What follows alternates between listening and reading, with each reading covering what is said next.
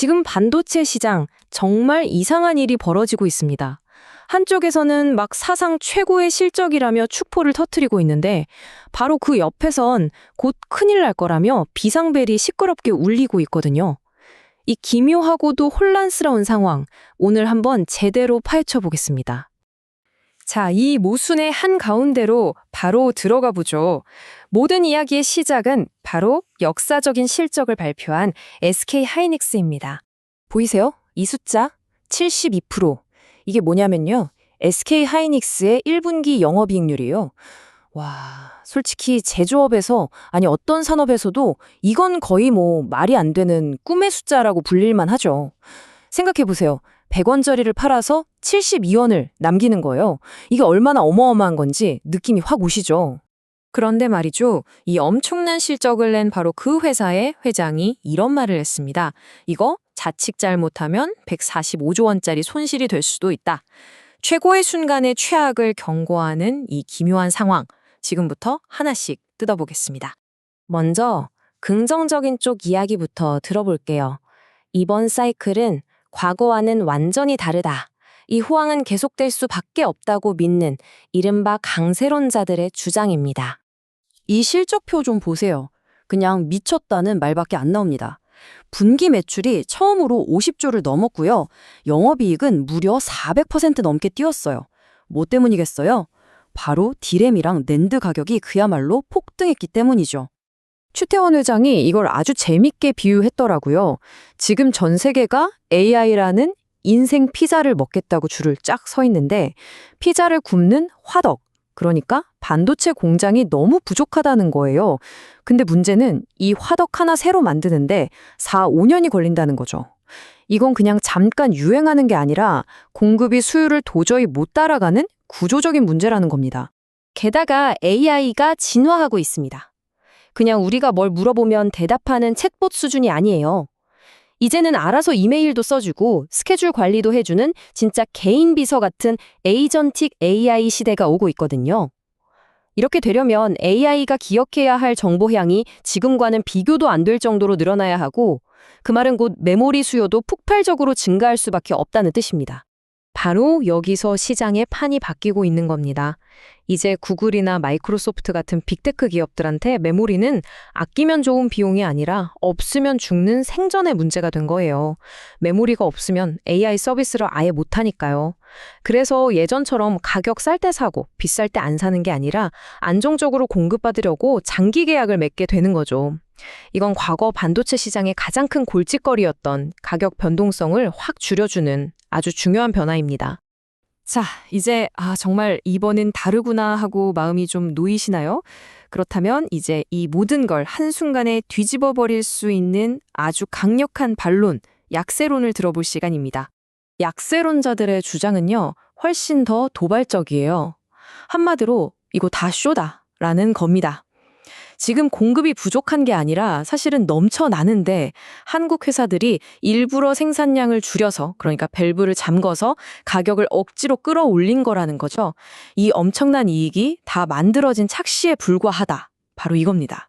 실제로 어떤 분석가들은 이렇게 주장해요. 겉으로 보이는 72%라는 숫자에서 환율 효과 같은 거품을 쫙 빼고 나면 SK하이닉스의 진짜 실력, 그러니까 실제 영업이익률은 40% 정도밖에 안 된다는 거예요. 이건 경쟁사인 마이크론보다도 낮고 심지어 지난 호황기였던 2018년 최고 기록에도 한참 못 미치는, 사실은 좀 실망스러운 성적표라는 거죠. 그리고 우리가 맨날 HBM 얘기하지만 잠깐 한 발 뒤로 물러나서 전체 그림을 볼 필요가 있어요. 사실 올해 말이 돼도 전체 메모리 시장에서 HBM이 차지하는 비중은 10%가 안 돼요. 9% 정도. 그러니까 HBM이 아무리 잘 나가도 시장의 진짜 분위기는 나머지 91%를 차지하는 일반 메모리가 결정한다는 거죠. 그리고 이게 어쩌면 가장 큰 변수일 수 있습니다. 바로 최태원 화장이 말했던 모든 걸 한순간에 무너뜨릴 수 있는 신기술 같은 거요. 구글이 터보콘다라는 기술을 개발했는데 이게 뭐냐면 메모리를 지금보다 75%나 덜 쓰고도 비슷한 AI 성능을 낸다는 거예요. 만약에 이 기술이 진짜로 상용화되고 널리 쓰인다면 어떻게 될까요? 지금 우리가 당연하게 생각하는 AI 때문에 메모리가 엄청 필요할 거야 라는 대전제 자체가 무너질 수도 있는 그야말로 게임 체인저가 될 수 있습니다. 자, 이렇게 팽팽한 강세론과 약세론, 양쪽 얘기를 다 들어봤는데요. 이 논쟁의 가장 뜨거운 전쟁터, 바로 HBM 기술을 들여다보면 지금 상황을 좀 더 입체적으로 이해할 수 있습니다. HBM 기술 전쟁의 핵심은 이 두 가지 방식의 대결이라고 볼 수 있어요. SK 하이닉스는 MRMUF라는 방식을 쓰는데요. 비유하자면 케이크층을 다 쌓은 다음에 액체 초콜릿 같은 걸 부어서 한 번에 싹 굳혀버리는 거예요. 이게 지금으로선 분량도 적고 열도 잘 빠져서 더 효율적이라는 평가를 받고 있죠. 반면에 삼성은 TC-NCF라는 케이크 층마다 얇은 필름을 하나씩 붙이는 훨씬 정교한 방식을 써왔어요. 근데 여기서 진짜 재밌는 포인트가 뭐냐면 삼성이 이 방식의 단점을 극복하려고 훨씬 더 비싸고 좋은, 그러니까 오버스펙의 재료를 쓰고 있다는 거예요. 예를 들면 한 세대 더 앞선 최고급 D램을 가져다 쓰는 식이죠. 물론 성능은 좋아지겠지만 그만큼 원가가 올라가니까 수익성에는 부담이 될 수밖에 없는 전략입니다. 자, 그럼 이 복잡한 싸움에서 누가 이길까? 점치기보다는요. 앞으로 우리가 이 안개 속을 어떻게 헤쳐나가야 할지 우리만의 나침반을 한번 만들어보죠. 딱 3가지만 기억하시면 됩니다. 앞으로 이 시장을 볼 때 체크해야 할 포인트예요. 첫째, 곧 나올 2분기 실적이 정말 기업들이 장담했던 만큼 잘 나오는지. 둘째, 차세대 HBM4 생산 일정이 엔비디아 같은 큰 고객사 계획에 맞춰서 문제없이 진행되는지.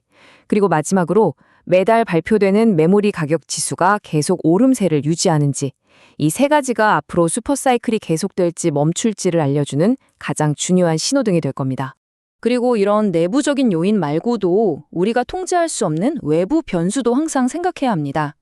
갑자기 터지는 지정학적 리스크나 특히 반도체 가격이 너무 많이 올라서 PC나 스마트폰 같은 다른 제품들이 안 팔리는 치플레이션 같은 현상. 이건 최태원 회장도 직접 경고했을 만큼 가장 큰 위험 요소 중 하나입니다. 한 분석가는 지금 상황을 닷컴 버블에 비유하면서 거품의 끝이 아니라 이제 막 시작인 1998년 같다고 말합니다. 진짜 큰 파도는 아직 오지도 않았다는 거죠. 이 엄청난 슈퍼사이클이 정말 거대한 기술 혁명의 시작일지 아니면 그저 화려하게 터져버릴 거품일지 여러분은 어떻게 생각하시나요?